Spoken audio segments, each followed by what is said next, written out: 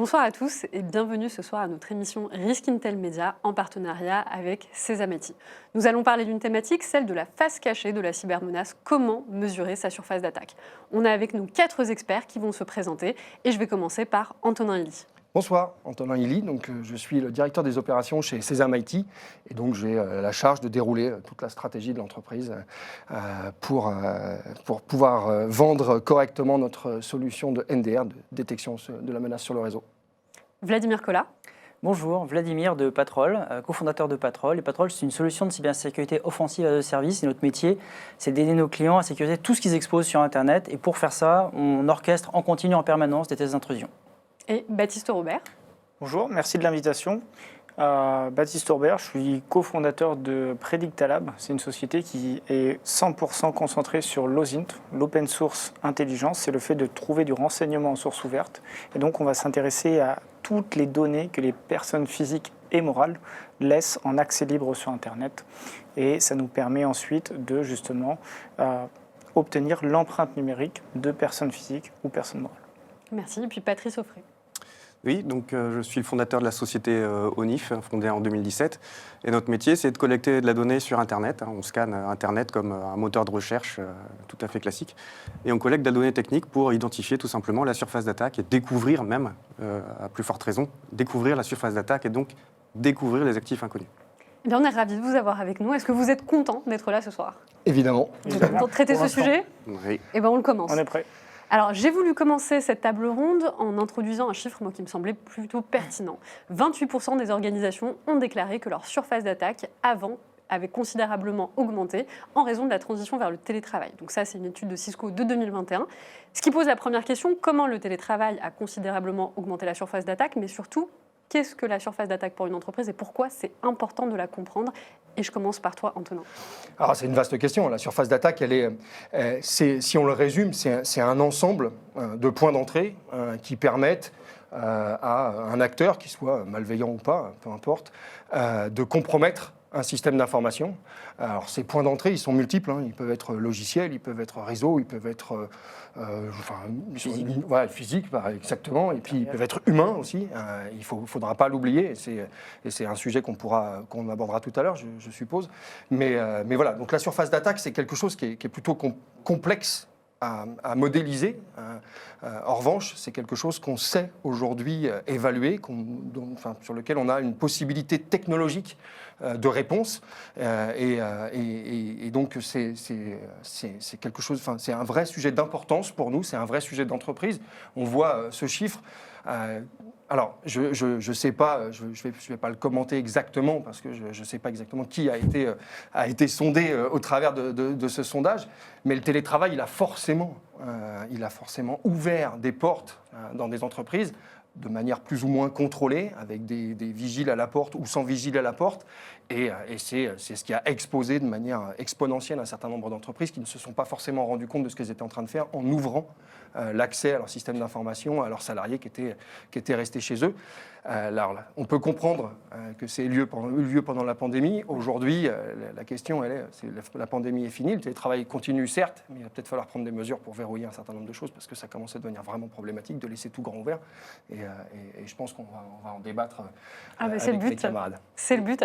Patrice, toi, tu en penses quoi? Oui, je dirais que la surface d'attaque, pour aller dans ton sens, c'est en gros partout où il y a de la donnée qui peut intéresser un cybercriminel. À partir du moment où un actif, une personne ou quoi d'autre contient de la donnée, ça peut intéresser des cybercriminels. Et c'est important de garder ça en tête. En gros, faire une cartographie d'où sont nos données, tout simplement. Et si je peux ajouter, la phrase est intéressante, puisqu'elle met en avant que la surface d'attaque est quelque chose qui évolue. On n'est pas... Il y a une importance, comme l'a très bien défini et rappelé Antonin, il y a une importance d'évaluer sa surface d'attaque, c'est une chose, mais il y a une importance pour les entreprises, pour les personnes morales dans un premier temps, et aussi pour les personnes physiques, on le verra ensuite, d'évaluer sa surface d'attaque une fois, mais aussi de le faire régulièrement. Plus qu'une entreprise, elle va recevoir des nouveaux collaborateurs, elle va avoir des nouvelles activités, elle va ouvrir un nouveau siège, elle va potentiellement autoriser le télétravail, remettre les gens dans les bureaux. Donc l'entreprise va vivre et donc de fait la surface d'attaque va évoluer. En plus grand, en plus petit, c'est une autre question, mais elle va évoluer. Et ça amène la question de dire il y a une nécessité régulièrement d'évaluer sa surface d'attaque pour mettre les bonnes solutions en face et pour faire une étude de risque ensuite. Et donc c'est vraiment très important de faire cette évaluation et ensuite d'avoir des process derrière, au-delà des solutions techniques, d'avoir des process pour se dire je sais à l'instant T où j'en suis à peu près et quelle est ma surface d'attaque. De ce que vous me dites, je vois quand même la notion d'évaluation. Alors aujourd'hui, pour une entreprise, quelles sont les erreurs courantes qu'elle met en place lorsqu'elle essaye d'évaluer sa surface d'attaque? Vladimir? Il y en a énormément. L'une des principales, je pense, c'est déjà de sous-évaluer la connaissance, plutôt la méconnaissance de sa surface d'attaque. Parce qu'en général, les entreprises ont du mal à savoir ce qu'elles exposent sur Internet. Alors moi, je suis surpris par le chiffre 28%, je trouve que ce n'est pas beaucoup. Par rapport à ce que moi je constate et ce qu'on constate plutôt de d'autres études, parce qu'il n'y a pas que le télétravail, il y a aussi toutes les transitions vers le cloud, il y a le travail à distance mais hors domicile, il y a tout ce qui est développement continu qui ajoute énormément de vulnérabilité potentielle et on continue sur les plateformes. Et comme le disait Baptiste, c'est vrai que le système d'information il est fluctuant continuellement comme un organisme vivant. Et nous, ce qu'on constate, c'est que vraiment la première erreur, parfois par naïveté, c'est vraiment le manque de connaissance et donc de maîtrise de ce périmètre. C'est-à-dire, quand on ne connaît pas ce qu'on doit sécuriser, c'est compliqué de le sécuriser. Il y a aussi un problème d'évaluation du risque, de surévaluation ou de sous-évaluation d'ailleurs. Ça peut aller dans les deux sens et c'est hyper impressionnant de voir ça. C'est-à-dire qu'il y a des boîtes qui ne vont pas mesurer l'importance de ce qu'elles sont en train d'exposer ou qui vont penser que c'est extrêmement important et focaliser dessus alors que ça a très peu parce que la donnée qui est contenue n'a pas forcément une vraie valeur structurante pour l'entreprise. On prend un site web, s'il n'a rien derrière, s'il est connecté à rien dans le système d'information, ça reste un site web qui va afficher des choses. Ok, dont acte. Maintenant, si le site web, effectivement, il est connecté à l'intérieur avec d'autres accès, et ça, cette sous-évaluation ou cette surévaluation du risque, c'est aussi une erreur dans l'évaluation. C'est-à-dire qu'ils vont aller demander à des sociétés tierces d'aller faire une évaluation sur ce périmètre-là en omettant peut-être quelque chose qu'ils considèrent comme annexe et qui est en fait le plus critique, la porte d'entrée la plus importante, etc. Donc je pense que ça aussi, c'est une des erreurs qui est souvent commise par les entreprises qui n'ont pas forcément une grande maturité sur cette notion de ce qu'est la surface d'attaque. Ouais, puis là encore, tu parles des entreprises, mais toutes les entreprises ont des fournisseurs, des tiers, Exactement. et ces fournisseurs, parfois, se foutent totalement des données de l'entreprise, déploient des choses. Moi, je l'ai vu, des développeurs externes qui reprenaient les données de la production pour les mettre sur des infras de test, exposées aux 4 vents sur Internet, et c'est presque encore pire quand, justement, tu as affaire à un certain nombre de sous-traitants qui ont encore moins la maîtrise et la connaissance de la criticité de tes données. Exactement, et c'est pour ça que si on parle de gestion de la surface d'attaque, si on reste sur le thème externe, Internet, il faut inclure les fournisseurs, les prestataires, tous les tiers. Ouais, totalement, tous les tiers qui manipulent les données, hein, on en revient encore à ce domaine-là. S'il y a de la donnée qui peut intéresser, ça fait partie de la surface d'attaque et il faut en avoir connaissance et puis le traiter. C'est ce que tu as dit. La surface d'attaque externe, tu parles de ça, mais finalement, la surface d'attaque, tu peux la résumer en deux parties. C'est soit l'interne, soit l'externe. Ouais. Je fais très simple, je simplifie, et globalement, tu as des solutions de sécurité qui sont souvent différentes pour les deux. Et effectivement, la surface d'attaque externe, c'est finalement la plus exposée, parce que l'interne, il faut déjà être à l'intérieur pour pouvoir faire quelque chose.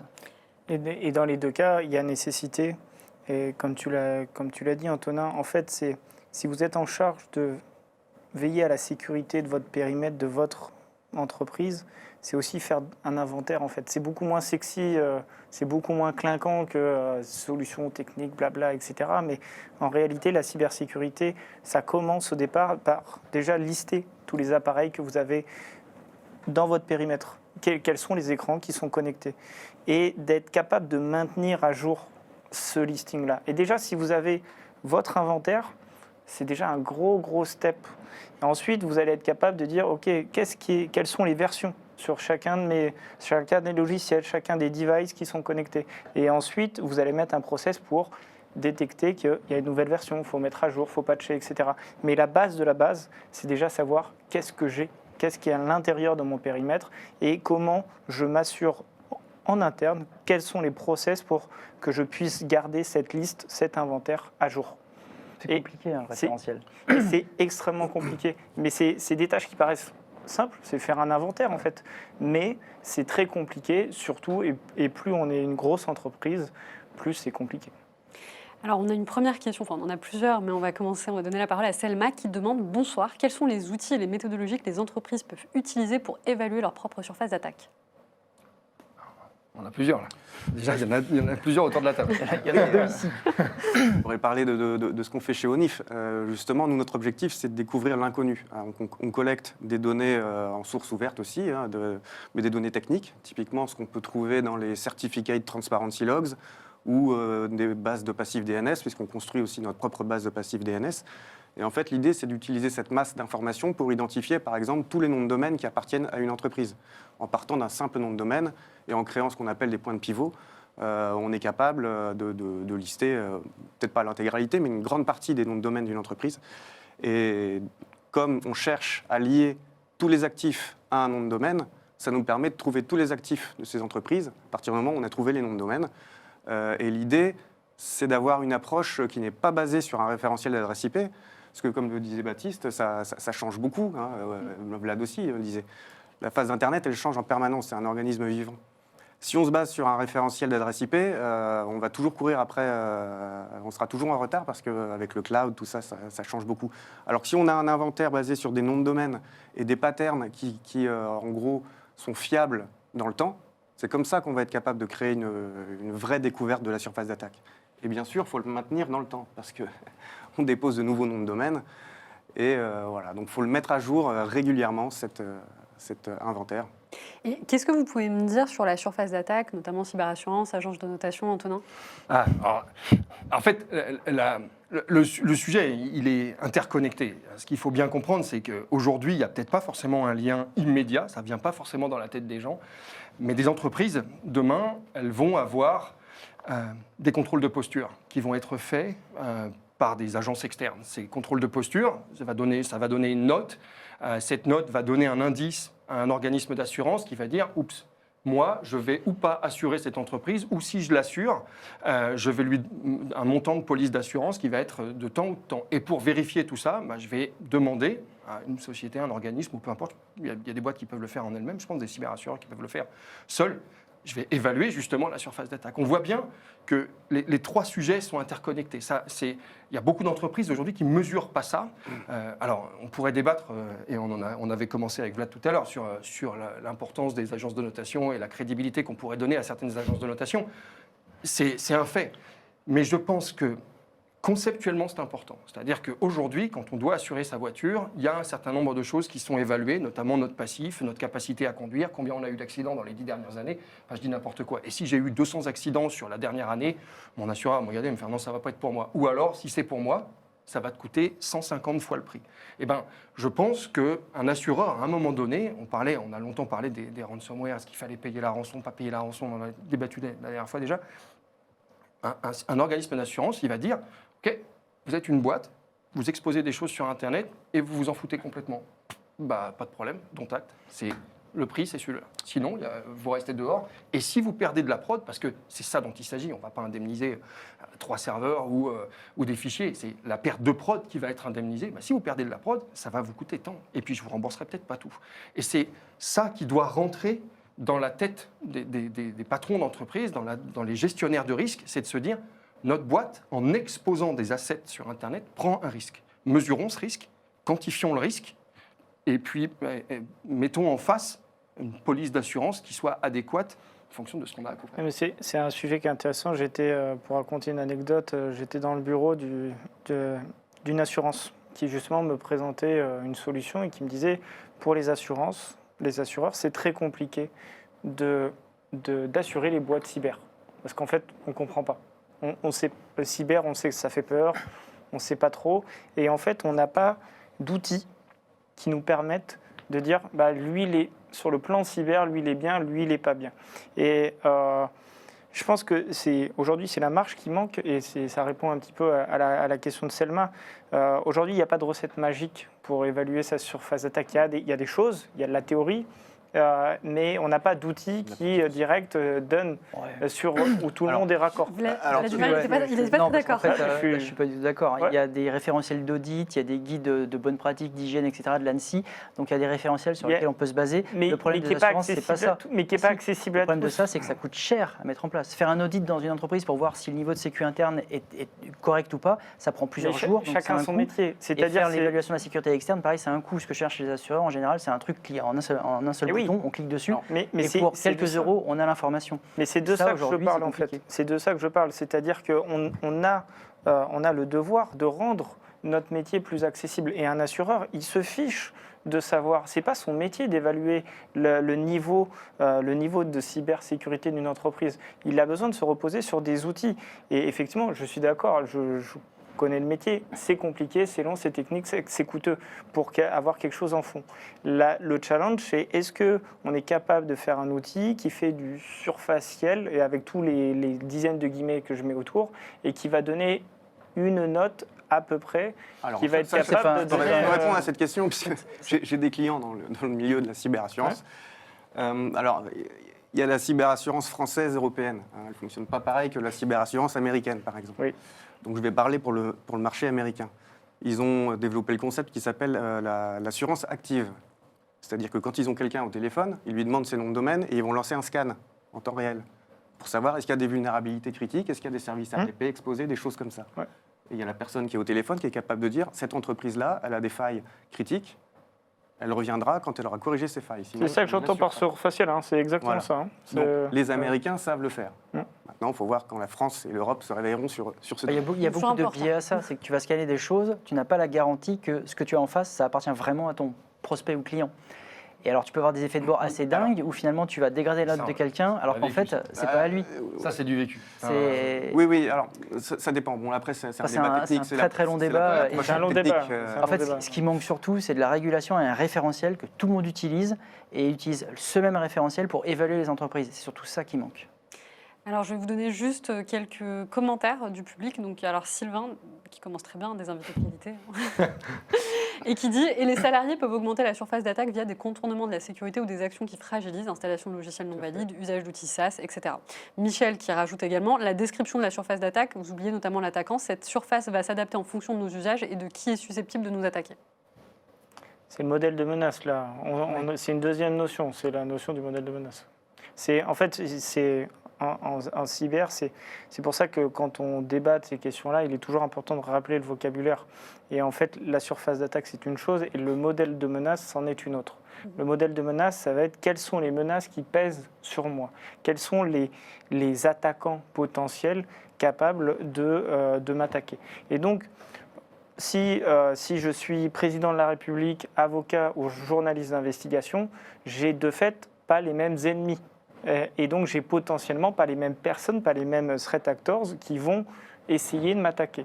Et ces personnes qui vont essayer de m'attaquer, en fonction de mon modèle de menace, ils vont avoir des moyens différents.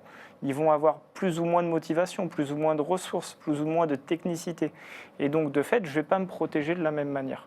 Donc, effectivement, le modèle de menace, il est différent en fonction des gens et de la même façon que la surface d'attaque, il est fluctuant. C'est-à-dire qu'aujourd'hui, vous pouvez être employé dans un bureau quelconque et demain être un responsable politique. Et donc, de fait, c'est caricatural, mais votre modèle de menace va changer et doit être reconsidéré aussi bien que votre surface d'attaque. Alors, Alors- moi, si je peux juste... je vais modérer ça. La notion de je ne vais pas me protéger de la même façon si je suis président de la République ou journaliste d'investigation, je ne pense pas. On doit se protéger exactement de la même façon. Une vulnérabilité, ça reste une vulnérabilité sur le serveur de la Sur un plateforme. sujet précis. Non, mais mais tu ne vas pas je tout suis faire d'accord. l'inventaire. En revanche, D'accord. je pense qu'on n'abordera pas la notion de risque de la même façon. C'est qu'est-ce que risque le président de la République s'il est attaqué sur son téléphone mobile et qu'est-ce que risque le journaliste d'investigation s'il est attaqué sur son téléphone mobile. Il n'y a pas la même forme d'information qui va être divulguée pour les mêmes personnes, etc. Je pense que plus que de protection, je pense qu'il faut parler surtout d'évaluation du risque. Un des enjeux de la gestion de sa surface d'attaque, c'est d'être capable de définir le risque que porte l'entreprise à s'exposer de Je suis cette quand même manière. d'accord avec Baptiste parce que si ta menace est cybercriminelle, bon, ça peut se gérer avec un peu de budget. Ta menace c'est la CIA ou le Mossad, là ça va être compliqué. Non, mais je suis d'accord, mais ça ne t'empêche pas d'avoir le même niveau de protection sur toutes tes machines. C'est-à-dire que, je vais dire une Ça connerie, dépend que de ce que tu veux. En fait, c'est tu mets un lié. EDR partout, tu ne mets pas un EDR si Ouais, tu es mais- président de la République ou si tu l'es pas. Bon, Non, face mais au Mossad, un EDR, ok, Non, mais mais, je suis ça d'accord. va pas servir à grand Je ne chose. dis pas que ça va résister à tout. Je dis que le niveau de protection, en fait, il ne faut pas qu'aujourd'hui on dise si tu es un bon conducteur de bagnole, mets pas ta ceinture. Si Oui. tu n'es pas un très bon conducteur de bagnole, mets ta ceinture. C'est pas ce En qu'on fait, dit, c'est non, c'est pas une, ce qu'on dit. deux ou trois ceintures et protégeons-nous tous au maximum de ce qu'on peut faire et de ce qu'on a à notre disposition. En revanche, évaluons nos risques, d'accord. Et à un moment donné, la lutte, et on parle du modèle de menace, d'accord, elle va changer de braquet. Alors oui, une attaque de ransomware versus un APT russe, Ouais, mais il y a, dire que le combat, il n'est pas le même. il y a quand même un tronc commun qui est clairement décrit dans le guide d'hygiène de l'ANSSI. Je veux dire, il n'y a pas besoin de faire une analyse de menace. Il y a un tronc commun. Moi, j'ai tendance à dire, aujourd'hui, les entreprises, elles n'arrivent plus à patcher. Il y a des failles tout le temps, ils ne savent pas lesquelles patcher, ils ne les patchent pas et ils subissent des intrusions sur des failles qui ont 5 ans. On commence par les bases, le guide d'hygiène, et on applique les patchs sur les vulnérabilités vraiment critiques. Et déjà, on aura fait Ah non, mais avancer c'est les pour ça que choses. je dis voilà, le après, niveau de tu as les protection. contraintes de prod. Moi, je l'ai vu, des serveurs de 2003 qui tournent encore aujourd'hui, qui sont plus supportés depuis des années, avec des vulnérabilités ultra critiques. Mais malheureusement, il y a tel outil ultra critique pour tel métier qui tourne, donc tu peux rien faire. Il y a aussi les contraintes de métier et de production que tu dois faire avec, quoi. Ça peut s'accompagner. Un serveur qui est vieux, obsolète, on peut le mettre Tu peux dans un le mettre VLAN une espèce de dédié. DMZ poubelle avec des flux limités, etc. Mais Mais- c'est pour ça que je disais tout à l'heure, le niveau de protection, on peut tous le mettre. On revient à ce que tu disais, la notion de budget, c'est sûr, la notion de temps, et puis il y a un truc que plein de gens oublient, c'est la notion de compétence. Il y a des boîtes aujourd'hui qui construisent des SI avec des gens qui n'ont pas forcément les Qui est compétences très lié pour le faire. très lié au budget. Alors, Bah avant de passer à la prochaine question, je vais juste vous donner un peu le sentiment du public. Donc Marc qui rebondissait sur ce que tu disais, Baptiste, totalement d'accord, ne mélangeons pas tout. Et Maud qui rebondit justement sur ce que tu disais, pour revenir sur ce qu'Antonin disait sur les assurances, de toute façon, désormais, elle n'assure plus sans avoir un audit qui rassure sur le minimum de maturité de la SSI. Ouais. Pour passer à la question d'après, comment le pen testing aujourd'hui est-il à évaluer la surface d'attaque, Patrice? Je vais laisser Vlad répondre sur celle-là en premier.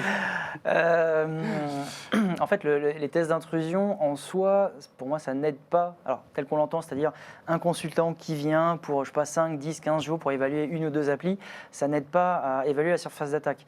Il y a des missions spécifiques, justement, d'évaluation de la surface d'attaque qui reviennent à ce que fait un peu Patrice, mais sur une période courte. Et franchement, comme disait Baptiste tout à l'heure, c'est, le système d'information est tellement fluctuant que, ok, ça donne une photo à un instant donné, mais voilà, une semaine après, ça a changé. Donc, le test d'intrusion classique tel qu'on l'entend, alors, c'est mon métier justement, donc ça n'aide pas à évaluer la surface d'attaque. Il faut le faire, oui, mais en continu, en permanence, sur une surface d'attaque qui est redécouverte en continu, en permanence. Ouais. Et juste pour ajouter, il y a deux types en plus. C'est-à-dire qu'on peut aussi le faire avec tout le code. Je vais auditer une application mobile. Le client va me donner le code et je vais avoir beaucoup d'informations dès le départ. Et il y a aussi où c'est la boîte noire et j'essaye de rentrer comme ça. Et le postulat, en fait, le rôle de l'attaquant pour le consultant, le rôle d'attaquant que le consultant va prendre n'est pas le même. Donc en fait, on va évaluer une surface d'attaque en fonction de son positionnement aussi. Donc c'est ça dépend, comme tu l'as très bien dit, ça dépend énormément. Et le problème du pen test traditionnel aussi, c'est que c'est basé sur un périmètre qui est fourni par le commanditaire. Donc on va lui dire, voilà, il y a 3 adresses IP, il y a 2 URL. Essaie de rentrer dans le réseau en utilisant ce périmètre réduit. Bon, si ça marche, c'est bien, on a trouvé quelque chose. Si ça marche pas, ça ne veut pas dire qu'on ne peut pas s'introduire dans le réseau de l'entreprise. Parce que va faire l'attaquant d'ailleurs. Et, Si, bien sûr, l'attaquant respecte le et c'est périmètre. ce que j'allais dire ensuite. Les cybercriminels, la surface d'attaque, c'est tout Internet. Pourquoi un pentest légitime devrait travailler sur un sous-ensemble de ce qui existe, alors qu'un cybercriminel prend l'ensemble? Et c'est pour ça qu'aujourd'hui, un pentest, il devrait avoir lieu après avoir fait l'évaluation de la surface d'attaque. C'est-à-dire que la surface d'attaque, une fois qu'elle est évaluée, elle va identifier un certain nombre d'objets exposés. Et on dit aux gens qui sont dans l'action de s'introduire, voilà, vous avez ce périmètre-là qui est large ou pas, ça va dépendre de ce qui est exposé, et essayez, faites ce que vous pouvez pour violenter ce système-là et voir si vous pouvez y rentrer, si vous pouvez exploiter ce qui a été identifié. Parce que l'évaluation de la surface d'attaque, c'est juste de l'identification de ce qui est disponible dehors avec de l'information complémentaire. On prend la solution de Patrice, on va avoir pléthore de données. Derrière, on dit maintenant que tu as tout ça, qu'est-ce que tu peux en faire et est-ce que ça va te servir à quelque chose ou pas? Et l'autre problème aussi, c'est le temps contraint sur le pentest. Voilà, oui. On a un budget pour 3 jours. Alors, Stéphanie donne un commentaire. L'évaluation de la surface d'attaque est un prérequis au pentest, mais il faut savoir quoi pentester. C'est ça.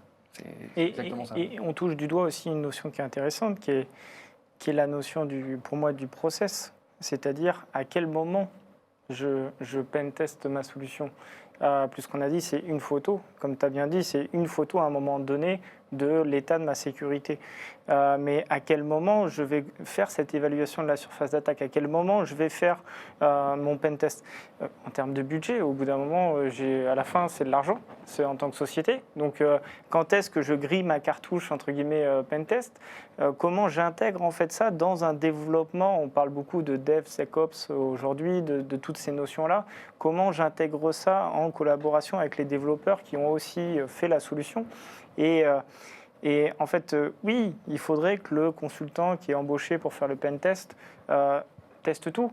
Mais en fait, si je le fais au milieu du développement de mon produit, le tout, il n'existe pas encore. Si je le fais une fois que le produit sort, c'est la prod, en fait. Donc, c'est où je peux créer un environnement, etc., un bac à sable. Voilà. Mais il y a une vraie question de process et aussi de dire aux entreprises, leur donner des guides, c'est très bien. Leur donner de l'argent, c'est même un peu mieux.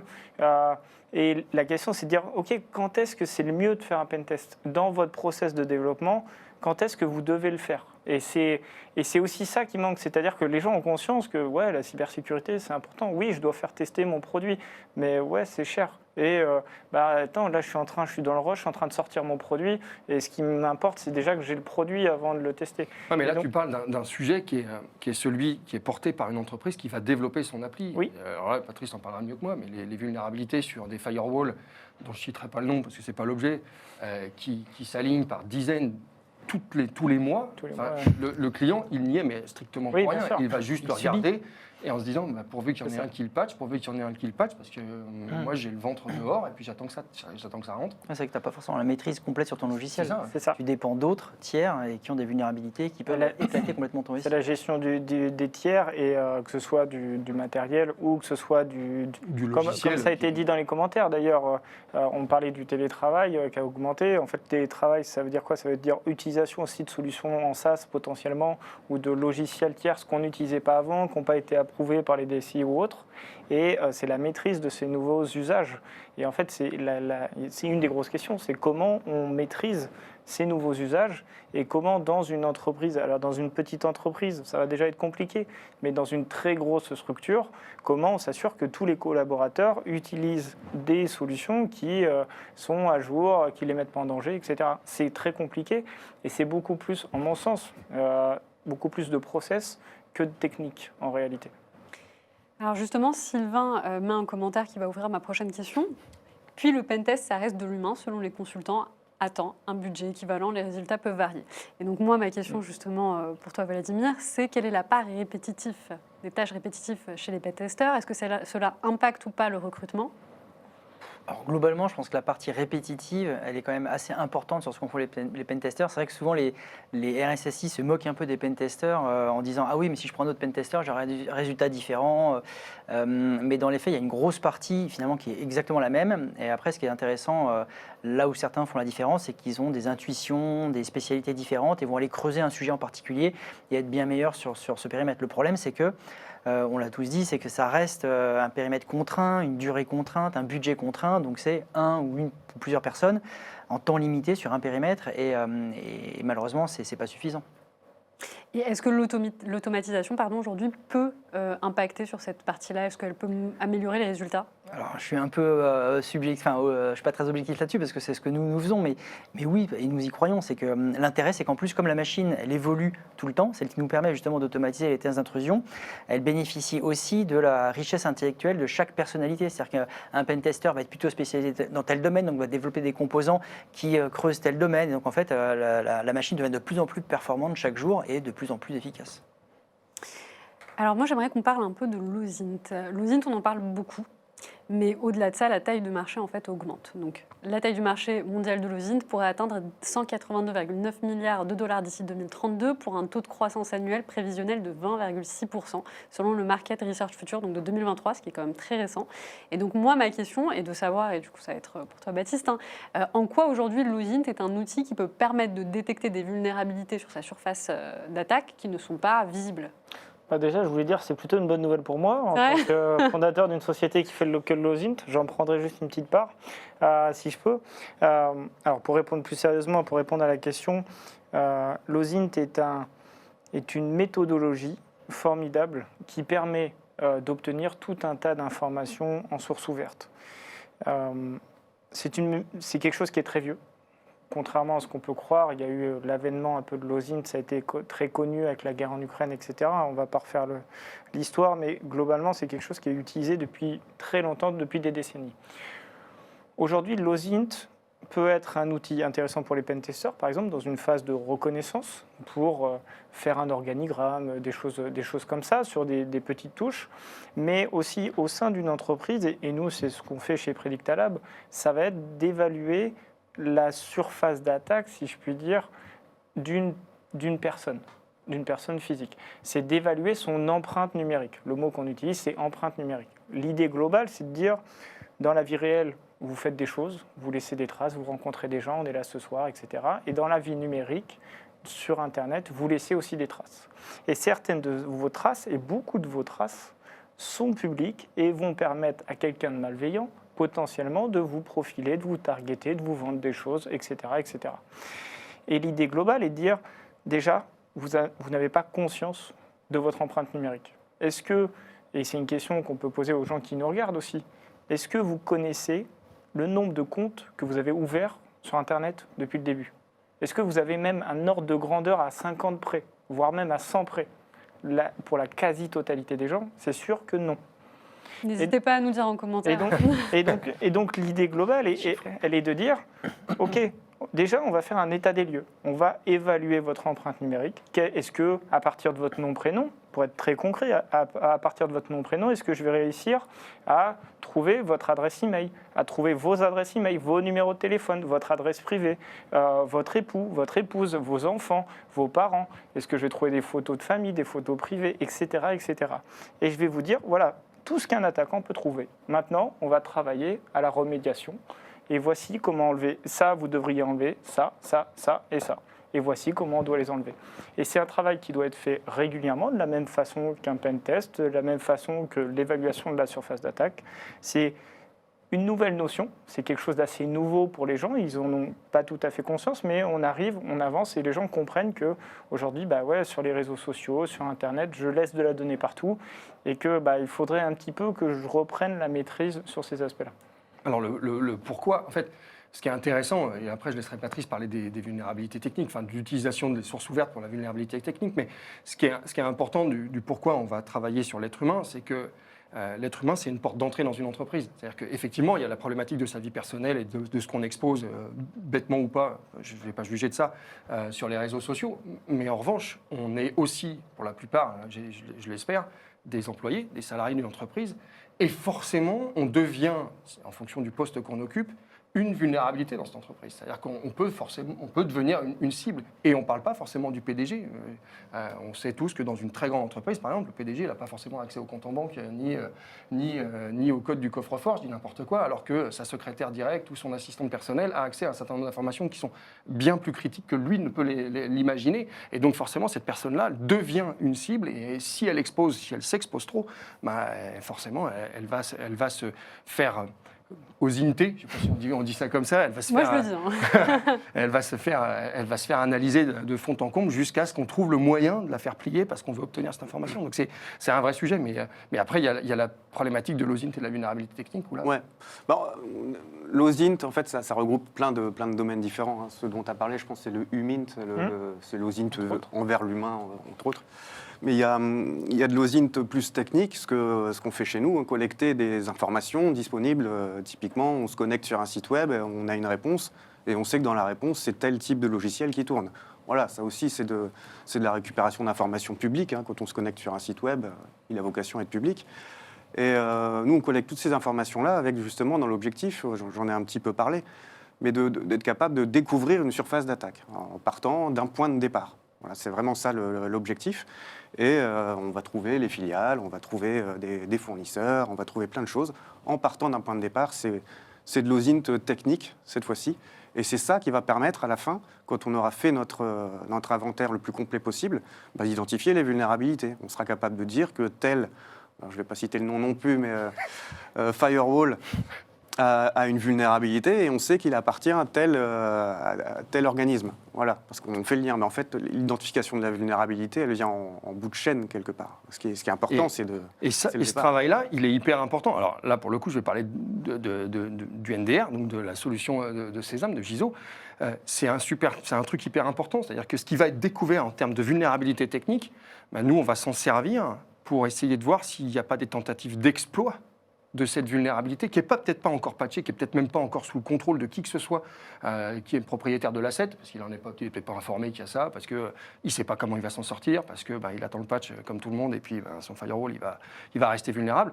Mais en attendant, il ne faut pas rester en se disant tant pis, j'y peux rien. Il faut se dire, OK, si je peux être informé de ce qui va m'arriver, d'accord, s'il y a quelqu'un qui tente de l'exploiter chez moi, peut-être que je peux arracher les câbles au dernier moment en disant tant pis, je ne peux rien faire d'autre, je ne sais pas patcher, j'ai pas de patch, j'arrache le truc. Donc c'est hyper important qu'on ait, et pour nous en particulier, ça fait partie de notre source d'information, qu'on ait à disposition des solutions capables d'aller identifier de la matière qui n'est pas forcément visible et qu'on va réinjecter, nous, le plus vite possible. Et pour compléter et peut-être résumer, en fait, c'est que l'OSINT va permettre de récupérer tout un tas d'informations en source ouverte, comme on l'a dit. Ça permet de récupérer des éléments techniques. On va faire du fingerprint sur des serveurs, récupérer des versions, etc. Être capable de comparer avec la version en cours. Donc on va récupérer des éléments techniques qui vont pouvoir être exploités par Vladimir, par exemple, pour dire « Ok, ça c'est pas à jour, là je vais essayer d'attaquer ce service vulnérable ». Et ce que je mentionnais tout à l'heure, donc les questions, il y a du SOC, ça va être du SOC Mint, donc ce qu'on appelle on va récupérer des informations sur les réseaux sociaux ou globalement sur Internet, les forums, les sites, etc. Et ces informations, elles vont être exploitées par exemple pour faire de l'ingénierie sociale. Donc, je vais récupérer des informations sur la personne qui est à la compta d'une entreprise et je vais récupérer les informations sur un sous-traitant qui travaille régulièrement avec telle entreprise. Et c'est comme ça que les arnaques au président se créent. C'est-à-dire qu'à la fin, c'est des informations qu'on a trouvées sur Internet, publiques ou semi-publiques, etc. Et à la fin, on appelle, et le cybercriminel appelle en disant voilà, il faudrait changer le RIB. Et c'est le jour où le PDG est parti en déplacement, il a posté une photo sur Twitter, sur Instagram ou autre, donc on sait qu'il n'est pas là. Et on va appeler en disant, voilà, il faudrait qu'à la compta, vous changiez le RIB. Et là, il y a une facture en attente. On a copié, on a fait une fausse facture. Et c'est comme ça que les virements partent. Et ça arrive tous les jours. Et malheureusement, si les entreprises réduisaient un petit peu le montant d'informations disponibles sur Internet, déjà, elles décourageraient beaucoup d'attaquants. Alors justement, on va en parler un petit peu, puisque c'est l'histoire d'après. Donc c'est l'histoire de John Brennan et de Kane Gumbel. Donc Kane Gumbel qui est un hacker de 16 ans et John Brennan qui était l'ex-directeur de la CIA au moment des faits. Et Kane Gumbel a réussi à récupérer des informations sensibles, donc là c'est confidentiel de la CIA, via des données personnelles, en fait via les adresses mail, l'ordinateur personnel de John Brennan. Et donc moi la question que je me posais c'était est-ce que la vie privée aujourd'hui fait partie de la surface d'attaque ? Évidemment. Ouais, mais là c'est un autre problème, c'est qu'une ancienne personne qui avait accès à des documents confidentiels défense a gardé des documents de cette classification-là chez lui, son mail perso. Il y en a d'autres qui l'ont fait. Mais justement, ça pose la question, parce que là, on est quand même sur le cas d'une personne qui n'est plus en poste. Donc, on se pose la question de ceux qui sont déjà actuellement en poste. Mais donc, finalement, c'est passé par sa vie privée, parce que c'est pas son adresse mail de la CIA qui a été hackée. Alors, je ne sais pas si elle était encore ouverte à l'époque, mais c'est pas ça qui a été hacké, c'est vraiment ses données personnelles. C'est vrai qu'aujourd'hui, comme on n'a plus finalement cette séparation, cette distinction entre vie privée vie-travail, il y en a qui utilisent le même ordinateur, il faut le Ouais, dire. mais hein. à des niveaux comme ça, moi je reviens sur ce que disait Patrice au début, un guide d'hygiène, hein. Il y a quand même des règles de base, et plus on a entre guillemets de responsabilité, de pouvoir, de secret, plus on doit respecter des règles, et plus justement on doit séparer ces usages. Et c'est pas normal que, enfin on l'a vu, les élections en France ou même aux États-Unis, il y a eu du piratage des boîtes mail et plein de choses pro qui étaient sur les mails perso, mais à ces niveaux-là, il doit vraiment y avoir une séparation complète entre Ouais, les mais je suis pas tout à fait d'accord sur ces points-là parce que il faut pas aller contre les usages. Aujourd'hui, de fait, quand vous êtes un homme politique et que vous faites élire, vous avez eu une vie avant, vous avez eu même une profession avant, vous aurez une vie après. Vous avez parfois plusieurs mandats, vous avez parfois plusieurs activités et vous avez une vie qui est très chargée. Et se balader avec 12 téléphones pour 12 fonctions différentes, c'est un truc de mec qui travaille dans la... J'exagère. Mais là, c'est un choix. C'est-à-dire que tu fais le choix délibérément de porter une fonction, d'accord, qui nécessite un certain niveau de sécurité. Mais pour répondre à la question, pour moi, la vie privée fait complètement partie du scope, et c'est un peu ce qu'on disait tout à l'heure, en fait, c'est que l'attaquant, il ne se prive pas, il n'a aucune raison de se priver. Là, et comme tu l'as souligné, le plus gros problème, c'est plutôt la gestion du secret et la gestion des documents derrière. Et là, il y a une faute. Il y a une faute de la personne en question, mais il y a une faute de l'institution derrière aussi, qui n'a pas fait la gestion de la sortie de la personne. Et c'est une autre question qu'on peut aussi mettre en avant, c'est-à-dire qu'on a souvent des process pour l'entrée d'un nouvel employé. Est-ce qu'au sein de votre entreprise, vous avez un process pour la sortie d'un employé, pour vous assurer, voilà, est-ce que vous avez ça? Et souvent, à la fin, quand quelqu'un part pour une raison X ou Y, on va boire un coup, etc., il nous rend le matériel. Mais ça va être plus dur de s'assurer qu'en fait, il n'est pas parti avec la moitié, il n'a pas copié la moitié du code ou autre et des documents. Et ça, c'est un vrai sujet à part entière qui mérite du process et plein de choses autour. Mais là-dessus, oui, la vie privée fait partie du scope. Et après, c'est sur ces fonctions-là, qui sont des fonctions en plus extrêmement particulières, parce que là, on parle de renseignement, évidemment, que la quasi-totalité, j'imagine, de ce qu'il a pu traiter n'était pas sur son compte Twitter, évidemment. Après, il y a une faute qui est là, et je pense que le jeune homme a eu de la chance là-dessus. Parce que c'est normal qu'un gamin de 16 ans aussi, qui n'est pas professionnel du domaine, ait la capacité d'aller pirater même un mail perso de n'importe qui. C'est un génie, hein. Mais comment Je pense que ça a toujours été le cas. Ça pose quand même un problème aussi que n'importe qui, entre guillemets, puisse quand même réussir à faire ce genre de piratage. Mais c'est ce qui fait la beauté de notre secteur. Il y a toujours eu des gamins de 16 ans c'est j'allais dire les plus grands, mais en vrai, il y a toujours eu ce type d'histoire-là et c'est pas nouveau. Et tant mieux, c'est ce qui nous challenge aussi et c'est ce qui fait que, en fait, ils vont être capables de saisir l'instant, de saisir quelque chose que tous les professionnels n'ont pas saisi et de voir de la lumière à un moment donné. Après, entre guillemets, tant mieux. En termes de hacking, c'était de l'ingénierie sociale. Ouais. Donc, il n'a pas défoncé Gmail à lui tout seul avec ses petits bras. Il a joué avec ce personnage. Ex-directeur de la CIA pour obtenir à un moment donné le clic qui lui permettait d'aller là où il voulait aller, c'est tout. Après, moi, sur ces aspects-là, et pour avoir fréquenté vraiment les deux côtés, pour avoir été en contact avec les deux côtés du spectre, ces jeunes gens qui ont des compétences, et il faut en avoir, mine de rien, pour aller appeler l'ex-directeur de la CIA et pour le rouler dans la farine. Ils méritent d'être aiguillés, et ils ont des vraies compétences qui méritent d'être développées et d'être accompagnés. En tout cas, il est dans leur viseur, ça c'est une évidence. Après, mais ils méritent d'être accompagnés et vraiment, c'est ce qu'il faut dire aux jeunes et qui s'intéressent à ce domaine-là, c'est qu'il y a de la place pour tout le monde. Et il y a vraiment. Mais il ne faut pas forcément passer par là. Mais il ne faut pas forcément passer par là. Voilà, c'est pas un encouragement. Il ne faut pas forcément passer par là. Ça se termine en prison en général. Mais je rejoins un peu ce que Baptiste dit, parce que je pense que quand on a 15 ans, 16 ans et qu'on a les compétences de faire ce qu'il a fait, en réalité, on fait des bêtises. Faire des bêtises. À cet âge-là, ils ont tous fait grosso modo ça. Parce que le monde a changé aussi. Aujourd'hui, il y a quand même beaucoup de moyens de s'amuser, d'apprendre légalement. Alors j'ai un certain âge, mais moi à mon époque, il n'y avait rien. Donc moi à mon époque, je faisais beaucoup de Juarez, je faisais beaucoup de piratage, parce qu'il n'y avait rien d'autre. Alors qu'aujourd'hui, il y a quand même beaucoup de solutions qui permettent, c'est entre pas- guillemets, légalement de se... Mais quand on a cet âge-là, est-ce qu'on n'a pas envie de frimer un peu? C'est On n'a pas pas envie de pareil. toucher à quelque chose d'un peu... Alors, je dis pas qu'il faut aller vers l'illégalité, mais est-ce qu'il n'y a pas ce thrill un peu qu'on a quand on a 15-16 ans de se dire on a réussi à faire un truc pareil? Parce que sinon, Si, quand bah si, bien quand tu sûr. regardes sûr. finalement la Mais- carrière de ces gens-là, beaucoup se réforment, beaucoup prennent des postes après dans des entreprises, en font leur métier. Et si tu leur dis à 30 ans, est-ce que tu refais ce que tu as fait à 15 ans, ils diront jamais de la vie, mais à 15 ans, Et c'est l'amusement, Tout quoi. dépend ce qu'il fait avec ses compétences, je veux dire. Bien sûr. Oui. Parce qu'on peut s'amuser avec soi-même quelque part et garder les informations qu'on a trouvées pour Voilà, il faut soi-même pas le en rendre disant, public, tout à fait. oula, L'exploit est rigolo. Après, revendre les données, c'est autre Ouais, chose. c'est autre chose. Après, il ne faut pas renier l'histoire. C'est-à-dire que c'est important. Les gens ont tendance à oublier, mais c'est important de savoir d'où on vient. La cybersécurité, il y a une histoire. Il y a le monde du hacking, il y a une histoire. Et en fait, ceux qui ont posé l'industrie de la cybersécurité, ceux qui ont posé la cybersécurité, notamment aux US, c'est des hackers.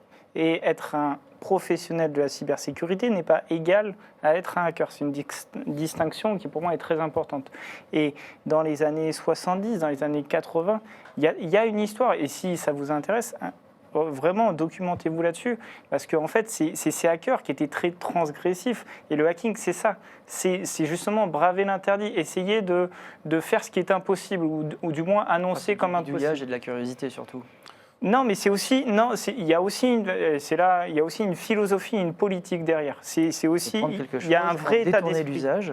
Non, il y a aussi il y a un courant politique réellement. Ouais, alors, Et il y a ça, c'était à l'origine. c'était à l'origine. C'était à l'origine. Il a été Avant qu'il y ait de l'argent. abandonné. Voilà. Mais- Avant mais qu'il c'est de l'argent soit dans le domaine. monétisé. Mais c'est ce que je disais, c'est sur l'histoire. Sur Ah, mais l'histoire, il y oui. a Tu et prends c'est important Kevin de Mitnick, connaître l'histoire. qui est Voilà. un des monstres dans la matière. Voilà. Mais on s'éloigne. Voilà, pour revenir sur la vie privée des employés, alors qu'est-ce qu'on fait aujourd'hui? Est-ce qu'on enquête sur ces employés, sur leur vie privée, pour pouvoir justement sécuriser cette surface d'attaque?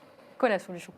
Bah déjà, la légalité. Enfin, le problème, c'est que quand on est du bon côté de la ligne, on doit respecter la loi, alors que les cybercriminels peuvent le faire. Mais enquêter sur les salariés, alors tu peux le faire, mais à la limite. Tout ce qui est OSINT au sens réseaux sociaux, en général, c'est un peu limite parce que tu vas aller scraper et récupérer de l'info sur des réseaux sociaux. Et en fait, tu violes les conditions générales d'utilisation, donc c'est pas légal. Alors aujourd'hui, personne ne s'est fait poursuivre pour ça, mais c'est très très limite quand on est du bon côté de la ligne. Je suis pas d'accord là-dessus parce que en fait, le terme employé n'est pas forcément beau. C'est pas forcément enquêter sur les employés. Il y a ce qu'on appelle des enquêtes de moralité, par exemple, qui pour certains postes sont justifiées. Vous allez avoir un poste à haute responsabilité. Il est dans certaines cultures établi et ça pose aucun souci, notamment au côté anglo-saxon, de faire une enquête de moralité. C'est pas un problème. Et si vous avez le consentement de la personne, vous avez le droit d'aller faire cette enquête de moralité. Ça pose aucun souci. Donc dans certains cas, c'est justifié et c'est même, j'ai envie de dire, nécessaire. Plus que pour des raisons même, on parle de la CIA ou d'autres, sur des postes comme ça, on a besoin de savoir que la personne ne sort pas de l'autre côté. Donc c'est nécessaire et ça doit être même généralisé pour certains types de postes. Après, est-ce que ça doit être généralisé à tout le monde et pour tout? Non, clairement non. Ça doit être sur la demande de l'employé et L'employé, Les employés font pas la démarche. mais c'est sur une hygiène numérique. On peut faire de la sensibilisation. On parlait d'hygiène numérique, mais ça passe par là. Pour Oui, lui mais dire, tu vois, voilà, par exemple, regarde tout ce qui traîne. Typiquement, tu prends un jeune qui va sortir de l'école aujourd'hui, dont la 100% de la vie est sur un réseau social et sur son téléphone en particulier. Il ne va pas avoir le réflexe d'aller voir son employeur en disant « S'il vous plaît, est-ce que vous pourriez faire une analyse de mon profil numérique Mais pour l'employeur savoir si vous pouvez m'embaucher ou pas ?» Il aura peut-être plus le réflexe que ta secrétaire de direction qui, je pense, a un certain âge et elle n'aura pas du tout ce réflexe. Non, mais tu vois, par exemple, ça, je pense que ça devrait être généralisé. Oui, mais c'est là où il ne faut pas aussi se masquer les usages. C'est quelque chose que je disais il n'y a pas longtemps. Il y a deux marques, grosso modo, qui sont devenues des verbes. Twitter, je vais tweeter quelque chose, et il y a Google, je vais googliser. Et je vais googliser quelqu'un, ça ne date pas d'aujourd'hui, ça date d'il y a longtemps. Et quand on a un rendez-vous, quand on est devant un employeur potentiel, quand on est devant une RH, la RH, elle va vous googliser. On va regarder. Et il y a tous les Oui, mais employeurs. Et ça, c'est l'OSINT.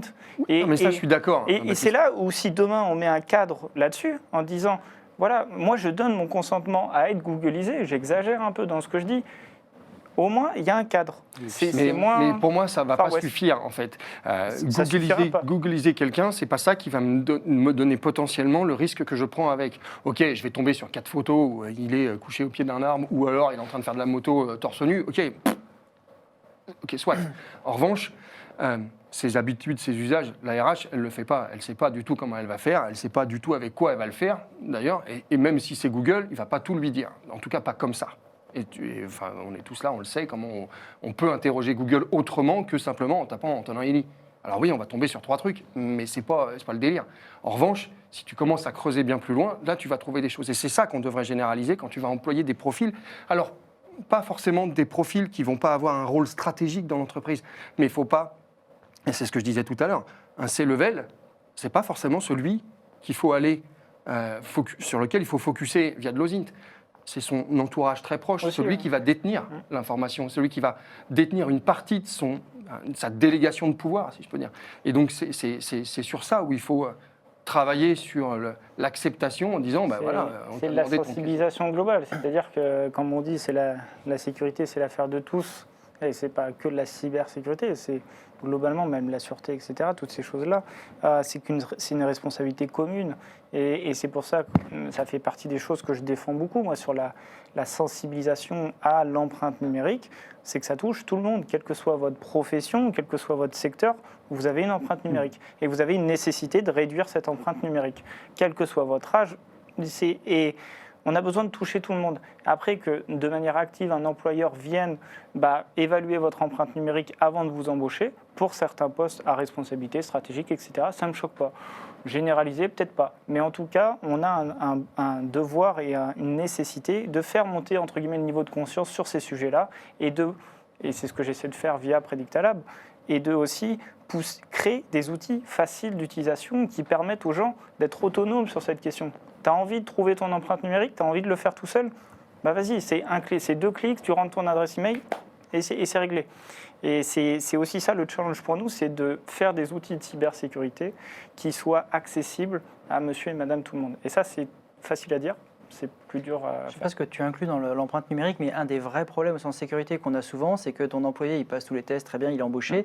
Sauf que le problème, c'est que sur son compte LinkedIn, son mot de passe, c'est Toto du 75 $. LinkedIn, fuite de données, mot de passe déchiffré, plutôt retrouvé. Et son mot de passe, c'est le même que sur son accès distant de l'entreprise. Et donc après, un attaquant peut utiliser le mot de passe, tester tous ses comptes perso, mais également les comptes de l'entreprise. Ça pose un vrai problème. Et légalement, c'est un peu compliqué d'avoir les fuites de données, de pouvoir rechercher les infos sur soit tes employés, soit les employés de tes clients. Ça, c'est un sujet qui est assez compliqué aussi. je crois. Parce que malheureusement, on doit respecter la loi. Ouais. Il y a un flou. Alors, sur la question des fuites de données est un très gros sujet en France actuellement. Il y a un flou. Et on attend la première personne qui donnera son nom à la jurisprudence. Et on attend, c'est exactement ça. Il y a une régulation qui va être faite. Et la question, elle est que les fuites de données, c'est du matériel qui provient d'un vol. Donc c'est du recel. Donc, l'utilisation commerciale d'un matériel volé, c'est du recel. Fin de l'affaire. C'est du pénal.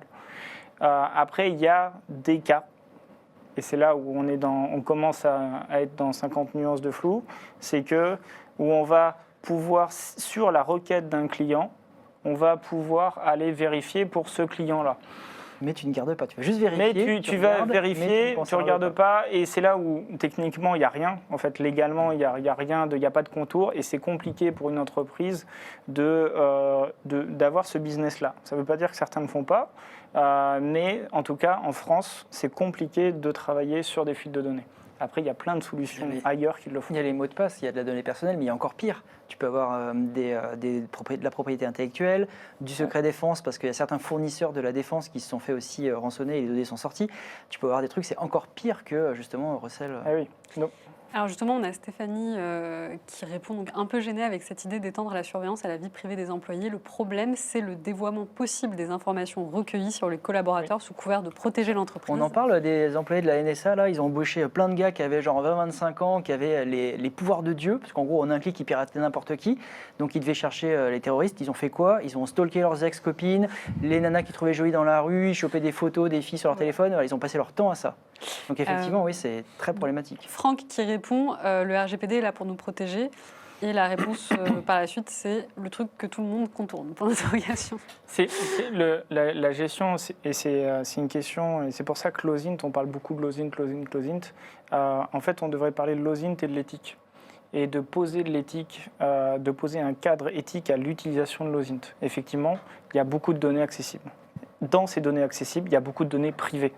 Il y a beaucoup de données que vous ne voulez pas qu'on voie. Mais vous les avez mis en privé, en public, pour une raison X ou Y, vous n'avez pas fait exprès, vous n'avez pas vu, etc. Et le fait qu'un tiers accède à ces données privées, ça pose un problème. Ça pose des problèmes techniques, ça pose des problèmes légaux, mais ça pose des problèmes éthiques. En tant qu'employeur, je n'ai pas envie d'avoir accès à ces données. Elles sont là. Voilà. Qu'est-ce qu'on fait? Effectivement, moi, je ne vais pas garder ces informations. Et on doit s'assurer, et c'est aussi une des questions en cybersécurité, c'est qui a accès à quoi. Et on parlait du directeur, l'ex-directeur de la CIA, c'est une notion très importante dans le renseignement. C'est le droit d'en connaître. Qui a le droit de savoir quoi? Et en tant qu'employeur, je n'ai pas envie d'avoir vos informations privées. Donc parfois, j'ai la nécessité de faire des enquêtes de moralité, et ça se justifie encore une fois pour certains postes. Mais une fois cette enquête faite, je dois m'assurer que les informations sont détruites, ne seront pas réutilisées et n'aient pas de répercussions sur la suite du travail. Et c'est là où c'est très compliqué parce que la nature humaine est telle qu'elle est. Et comme l'a dit Vlad, au bout d'un moment, si tu mets des gamins avec les pouvoirs de Dieu et qui sont capables de faire n'importe quoi, ils vont faire n'importe quoi. Non, mais c'est sûr. En fait, ce qu'il faut, plus que de détenir de l'information privée, on en parlait tout au début, c'est le contrôle de posture. L'objectif, c'est pas de détenir les informations privées de tes salariés, etc. Ça n'intéresse strictement personne. On a vraiment autre chose à faire que de conserver ce genre d'informations.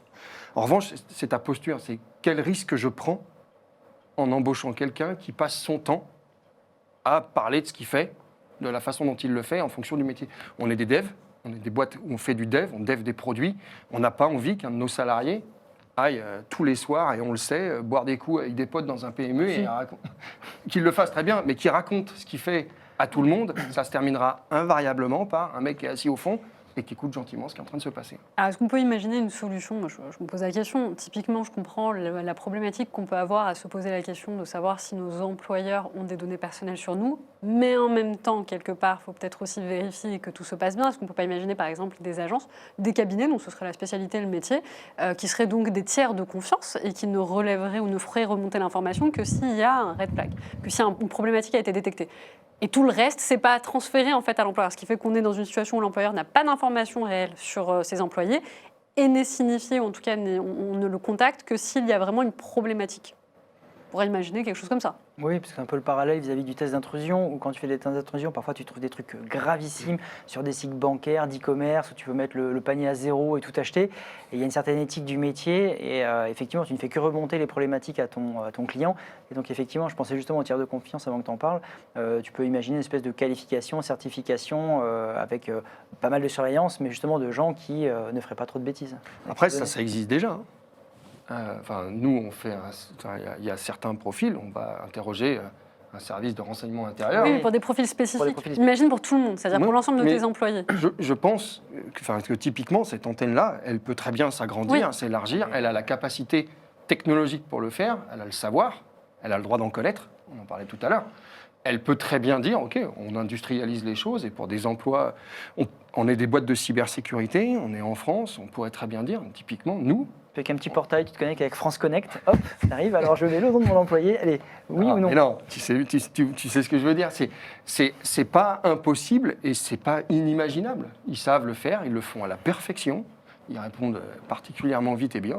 Je sais pas si c'est vraiment leur rôle. Alors, de ce que vous me dites depuis le début, c'est mon avis, hein, mais j'ai un peu le sentiment quand même qu'on a beaucoup les points liés et que finalement on n'est pas toujours en mesure d'avoir la liberté de se protéger quelque part dans ce que vous me dites, contrairement aux attaquants qui eux ont la latitude d'aller sur la vie privée des gens, en tout cas de faire des choses qui sont éthiques. Alors là, sur le Checkpoint Research qui est sorti en 2023, on a le chiffre suivant, 38% d'attaques, donc les cyberattaques ont augmenté de 38% dans le monde en 2022. Donc on a vu des hackers justement utiliser des images, des WebP, des documents Word.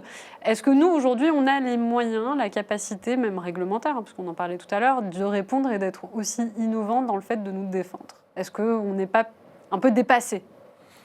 Ça, c'est un vrai sujet. Il y a souvent cette critique par rapport à la cybersécurité où les gens disent que finalement, la défense ne fait que suivre l'attaque et répondre à l'innovation de l'attaque et que dans la cybersécurité, voire insécurité, l'innovation, elle se trouve chez les attaquants. Alors, je ne suis pas tout à fait d'accord avec ça, parce qu'il y a beaucoup d'innovation dans la défense également. Après, le truc, c'est que, comme disait Baptiste au début, c'est qu'il faut quand même s'adapter à la menace. C'est-à-dire que si tu as une petite entreprise, je ne sais pas, un industriel qui fait je sais pas, des brioches ou un truc comme ça, ta menace, elle n'est pas étatique. Donc globalement, tu dois mettre ton niveau de sécurité suffisamment haut pour résister à de la cybercriminalité classique, mais pas trop dépenser. Donc tu peux, si tu mets, ce que disait Patrice au début, tu mets en place rien que le guide d'hygiène de l'ANSSI. Moi, je ne connais pas beaucoup d'entreprises qui soient capables de me dire, ouais, sur toutes les règles, moi, je suis compliant, enfin, je suis conforme. Rien que mettre ça en place. Les règles, on les a, c'est que c'est facile de mal faire les choses. Après, alors, est-ce que les cyberattaquants sont innovants? C'est la question que j'ai envie de me poser. Bon, je vais rester sur la gestion de la surface d'attaque externe, sur Internet, sur cet exemple. Scanner Internet pour un port pour identifier tous les noms de bandes d'or, on ne va pas donner, et envoyer un outil automatique pour exploiter une vulnérabilité connue depuis 5 ans, c'est pas innovant. Ils le font depuis toujours, ça marche très bien. C'est l'un des grands points d'entrée sur les réseaux. En fait, j'ai lu des rapports aussi sur le sujet, il y a à peu près 50% des vecteurs d'accès initiaux qui proviennent d'actifs exposés à Internet. Donc c'est 50% de la surface d'attaque. Ouais. Et c'est quoi? C'est des vulnérabilités critiques qui sont connues depuis longtemps, c'est des services RDP ou des services de connexion à distance, et c'est des serveurs VPN où ils ont fait des tentatives de login mot de passe, où ils ont utilisé des fuites de données pour avoir les logins mot de passe, et ils sont connectés par là. Ça représente 50% de la surface d'attaque. Donc, ce serait pas mal de commencer par là. On aurait réduit grandement une grosse partie de la surface. Voilà. En fait, on travaille tous pour l'ANSSI, on est là pour vendre le guide d'hygiène. Donc le guide d'hygiène, justement, c'est la dernière question donc de cette émission, c'est comment la prise de conscience et l'éducation du grand public peut venir justement améliorer, en tout cas aider à la sécurisation de sa surface d'attaque. Là-dessus, c'est un travail que j'ai, comme tout le monde ici à la table, on participe souvent à des conférences, on donne des conférences, on essaie de sensibiliser. Ces derniers mois, j'ai passé aussi quelques temps dans les écoles primaires, à sensibiliser des collégiens, des lycéens sur ces questions-là, parce qu'en fait, ça commence très tôt. Et quand on interroge ce public-là, qu'on n'a pas l'habitude d'interroger, on se rend compte que, par exemple, en CE2, donc si on remet un peu les choses, CE2, on va avoir 7 ans, 8 ans, ils ont déjà, pour certains, un téléphone dans la main. L'âge moyen du téléphone, c'est 9 ans. Et c'est impressionnant, et ils ne sont pas accompagnés. Et tout ça pour dire que ces jeunes-là, c'est les utilisateurs de demain, c'est les actifs de demain, c'est les gens qui seront dans nos sociétés demain. Et donc on a besoin, dès le départ, de leur montrer comment utiliser l'outil numérique, les technologies globalement. Et c'est un vrai accompagnement à faire dès le départ. Il y a les jeunes, mais il y a aussi les parents. C'est-à-dire qu'il faut donner les clés, les clés aux parents pour accompagner les enfants. Dans une classe de CM2, donc j'ai posé la question qui a déjà utilisé les réseaux sociaux, etc. Je leur ai ensuite montré l'âge légal. C'est 13 ans pour les premières, ensuite 16, ensuite 18. Et il y a un enfant qui m'a regardé, 9 ans, et il m'a dit mais du coup, pourquoi papa et maman ils m'ont laissé utiliser le téléphone? Et j'ai pas de réponse. En fait, ma réponse a été parce que papa et maman ils sont pas au courant non plus. Et il faudrait qu'ils soient au courant. Et il faudrait qu'on leur donne les outils, la sensibilisation pour. Donc il faut accompagner les enfants, il faut accompagner les parents, mais il faut accompagner les plus âgés aussi. Parce que les plus âgés ne sont pas en reste dans l'utilisation du téléphone, etc. Et donc c'est vraiment un combat qui est très large, et c'est un vrai combat au sens propre, puisqu'il faut faire passer des idées, il faut convaincre, et il faut changer des habitudes, et c'est très dur de changer des habitudes. Donc c'est vraiment quelque chose qu'il faut faire, et c'est une action collective. Et c'est pour ça que dans les écoles notamment, moi je pousse, et s'il y a des gens qui nous regardent, vraiment je les encourage à faire ça. Il y a, dans chaque école de France, chaque école primaire, il y a forcément un parent qui travaille dans l'informatique ou qui travaille dans la cyber. Allez voir les directeurs d'école, directrices d'école. Proposer de sensibiliser les enfants. Et vraiment, la réponse viendra du collectif et d'avoir cette action-là. Et c'est important pour moi, c'est sans fin, ça mettra extrêmement longtemps, mais c'est comme ça qu'on va pousser un petit peu plus le message chaque jour. Après, il faut. C'est pas à l'éducation nationale de faire ça. Alors, hors du débat, aujourd'hui, ça va pas, ils n'ont pas de budget, etc. Mais c'est quand même plutôt à l'éducation nationale de faire ça. Bah ouais, mais je pense On que devrait l'éducation réintroduire des nationale cours, n'est même pas sensibilisée à ça. C'est-à-dire qu'ils ont C'est- déjà du mal. Le problème, c'est qu'on met aussi beaucoup de responsabilités sur les institutions. À un moment donné, c'est aussi nos enfants. Non, mais je te rejoins. Débattre si c'est la responsabilité de l'éducnat ou pas, peut-être, mais en tout cas, ce qui est sûr, c'est qu'ils n'ont pas les moyens, ils n'ont pas le temps, ils ne sont pas sensibilisés eux-mêmes, et qu'on a tous on est tous très occupés, on a tous plein de responsabilités, mais on a tous une demi-heure, une heure dans une année pour faire de la sensibilisation. Et que c'est aussi, ça pourrait être un devoir de citoyen aussi, d'être vu comme ça, de dire, je vais aussi faire de la sensibilisation autour de chez moi. Mais je pense que, alors, je suis d'accord, hein, les enfants, les parents, l'institution, etc. Mais si on en revient au sujet, la surface d'attaque des entreprises, etc., il ne faut pas oublier d'aller aussi sensibiliser certains DSI qui considèrent que tout va bien dans le meilleur des mondes et qu'il ne faut pas toucher à la prod parce que si tu touches à la prod, t'es mort. Tu fais OK, d'accord, mais c'est toi qui vas mourir dans pas longtemps parce que finalement, il y en a un qui est en train de la toucher et il va te l'éteindre. Donc, prépare-toi, ça va secouer. Et je pense que ça, c'est un vrai sujet qu'il faut qu'on porte aussi. On passe pour les emmerdeurs. La cyber fait chier la prod, hein, c'est pas qu'on est. nouveau. Donc, on est les empêcheurs de tourner en rond plus que des emmerdeurs. Mais, et je pense que ça, c'est aussi un sujet qui doit être adressé, qui doit être entendu. Quand les entreprises en auront marre de se retrouver figées, de se retrouver avec des vulnérabilités qui sont exposées depuis des mois et des mois et des mois parce que personne ne sait y toucher. Tout à l'heure, tu parlais de la prod et de la sensibilité de système. Donc on connaît tous, hein, on les a tous vus. Il n'y a pas très longtemps, on a découvert un serveur Windows 2000 qui était adulé, parce qu'il ne fallait surtout pas qu'il s'éteigne, etc. Les mecs tournaient en rond pour être sûr. Et là, tu fais, mais les gars, il y a un moment donné, il faut juste s'arrêter. Il y a forcément une solution, il y a forcément une réponse. Vous ne pouvez pas laisser ça comme ça, à vous dire... tant pis, si ça doit tomber, ça tombera et on le regarde. Donc il y a vraiment de la sensibilisation à faire dans les entreprises. On parlait de solutions technologiques, il y en a 4 autour de cette table qui sont différentes, mais qui sont toutes complémentaires.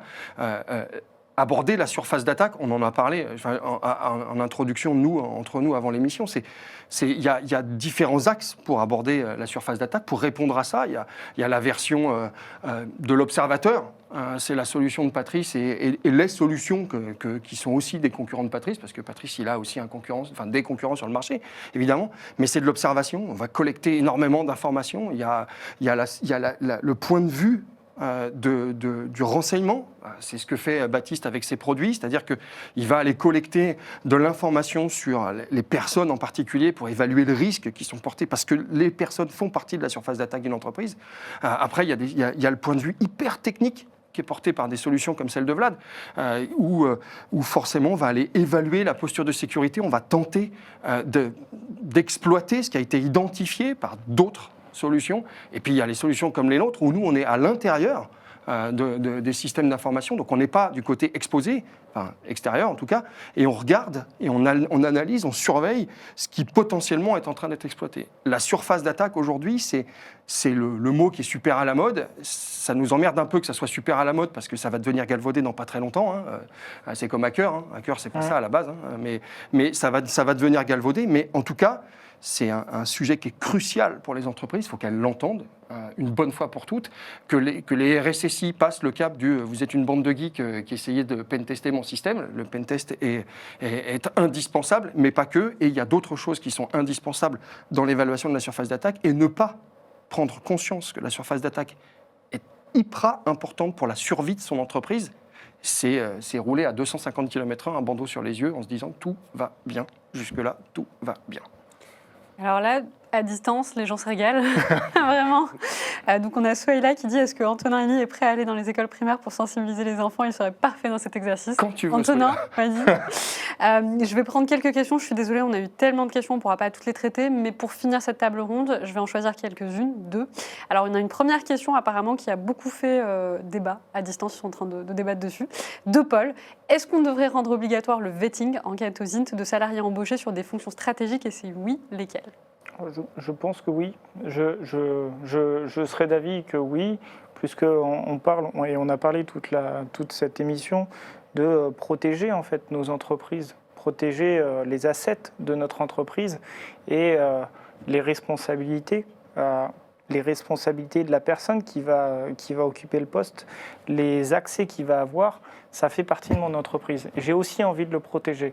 Et ça fait partie du risque. Et donc, j'ai envie de mesurer ce risque.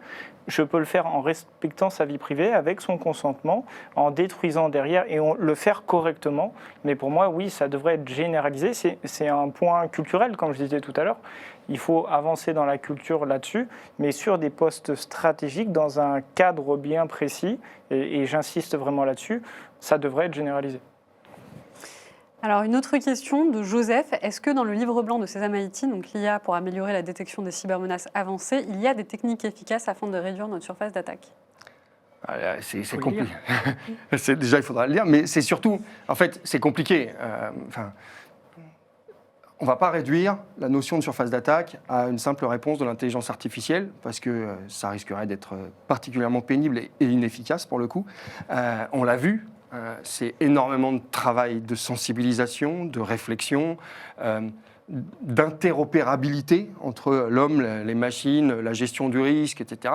L'intelligence artificielle, elle nous permettrait de travailler, et là j'imagine que Patrice, il est peut-être en train déjà de réfléchir à la masse de données qu'il doit traiter. Forcément, ça nous permettrait de gagner du temps sur l'interprétation de ce qu'on peut faire, de ce qu'on trouve, parce que j'imagine, je ne sais pas combien de milliards d'infos tu récupères chaque semaine quand tu tournes, mais voilà. Une dizaine de milliards. Il n'y a pas d'action humaine possible. Donc là, oui, l'intelligence artificielle nous permettrait de travailler et peut-être de trouver des moyens de réduire la surface d'attaque, j'en sais rien, mais ça ne peut pas être la réponse. D'ailleurs, je pense que l'IA n'est jamais la réponse à tous les maux de la Terre. Moi, je rebondirais juste sur le mot réduire. Je ne sais pas s'il y a vraiment un intérêt à la réduire. La maîtriser, la sécuriser, oui, mais la réduire... Pourquoi ? Il y a de plus en plus de choses exposées sur Internet, il y a de plus en plus de pratiques qui s'ouvrent, donc la réduire, pas forcément. Je dirais dans un premier temps, la connaître. Oui. L'identifier. Un pas après l'autre, déjà, la connaître, ce sera une belle avancée, je pense.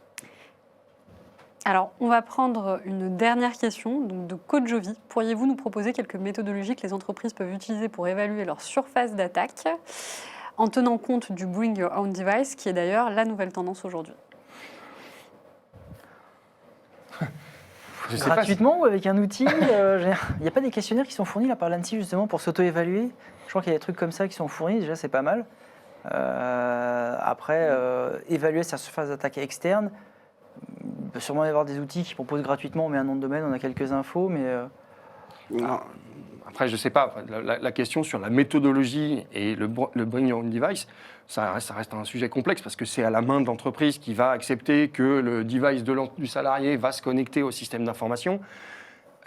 Quelle méthode, qu'est-ce qu'elle va accepter l'entreprise, qu'est-ce qu'elle va mettre en œuvre pour verrouiller ou pas les choses. Typiquement, sans rentrer dans la technique, le VPN, c'est un sujet, mais le split dans le VPN ou le no-split dans le VPN, c'est un autre sujet. C'est-à-dire que dès lors que tu te connectes à l'entreprise, tout le trafic de ta machine il va vers l'entreprise et à aucun moment tu peux aller faire le zouave. Je ne sais pas si c'est une réponse. Il y a des bugs, parce qu'il y a des problèmes de performance, non, tout repasse on est par tous d'accord. l'entreprise, Je dis, ce n'est pas une réponse, mais il y a des méthodes aujourd'hui qui sont possibles. Tout va dépendre de ce qui va être supportable, de ce qui va être tenable, de ce qui va être acceptable, de ce qui va être légal. J'en sais rien. Déjà, même utiliser sa machine personnelle dans un cadre professionnel, j'ai déjà parfois des doutes. Mais, et l'inverse. Ouais. Pour répondre à la question, moi j'ai envie de dire, allez voir votre équipe technique. Allez voir l'équipe en charge de ça, votre DSI, allez voir les personnes qui sont en charge de ça et posez-leur la question, déjà tout simplement. Est-ce que tu connais notre surface d'attaque ? Et voyez la réponse. Si vous disent OK, challengez-les. C'est l'opportunité de leur dire OK, montre-moi. Moi je suis dirigeant, je ne suis pas technicien, montre-moi ma surface d'attaque. Tu me dis que tu la maîtrises. OK. Et comment tu t'assures qu'elle est à jour ? Et poser des questions, challenger un petit peu les équipes techniques. Et alors, ils vont râler de fait, parce qu'on aime bien râler. Mais de base, ça va aussi améliorer. C'est comme ça qu'on améliore les choses. Et c'est déjà de se rendre compte, OK, en fait, en interne, chez moi, comment ça se passe. Et il n'y a pas de changement qui viennent sans l'approbation d'une équipe aussi. On est dans des structures existantes, dans des entreprises qui vivent. Et si vous allez à l'encontre de votre équipe, ça ne marchera pas. Donc il faut aussi que vous partiez de votre équipe, de l'état actuel, et ensuite vous avancez tous ensemble. C'est ça, avoir une entreprise. Donc c'est aussi une question d'équipe et d'amener tout le monde vers un point, entre De toute guillemets, façon, c'est un état challengeant. plus Enfin, pour sécurisé. une entreprise, ça va Oui. être un immense challenge. Enfin, C'est complètement. il est sur la connaissance. Là, tu entends parler, enfin on en parle tous, c'est savoir quoi. Donc faire l'inventaire d'un système dans le cloud. Enfin, je vois même pas compliqué. aujourd'hui les mecs qui déploient. Enfin, moi j'ai vu une très très grosse entreprise française qui est capable de déployer 1000 machines toutes les 15 minutes, les détruire au bout de 4 heures parce que c'est fini, ils ont fait ce qu'ils avaient à faire, en reproduire 5000 plus tard. Et tu te dis, ok, mais je le maintiens comment ça? Parce que pendant 3 heures, il y en a eu 1000 de plus. Déployer comment, avec quoi, avec qui, etc. Comment je vais contrôler ça? Il y a la communication. Donc le challenge de je connais, j'inventorie, je communique. Enfin, la surface d'attaque, c'est pas simplement j'appuie sur un bouton, je me suis fait pentester. Justement, Je vais te donner ma carte de visite. Je vois bien le pentest. Alors le pentest, il y aura 5000 machines qui vont apparaître. Voilà, Elles seront là pendant 3 heures. Ça devient un Allez-y. non-sens. Enfin, en fait, il faut le réfléchir de manière globale. La connaissance de la surface d'attaque, la maîtrise de cette surface d'attaque, et je suis d'accord avec toi, parlons pas de réduction, la maîtrise de cette surface d'attaque, quelle que soit la taille, d'accord, c'est un challenge colossal, d'accord, le même qu'il y a 20 ans quand on essayait de dire à des entreprises mettez un proxy parce que ça devient le bordel. Bien, parfait. On arrive à la fin de cette émission. Merci d'avoir répondu à mes questions. C'était vraiment passionnant. Merci également à toutes les personnes qui sont actuellement à distance et qui nous ont suivis. D'ailleurs, donc Sésame IT vous met à disposition un livre blanc que vous pouvez recevoir. Pour ceux qui ne l'ont pas coché, n'hésitez pas à nous envoyer un email. Et puis, j'espère vous revoir prochainement pour une émission. D'ailleurs, on en a une également avec Sésame IT. Bonne soirée et merci. Merci. Merci. Merci. Merci.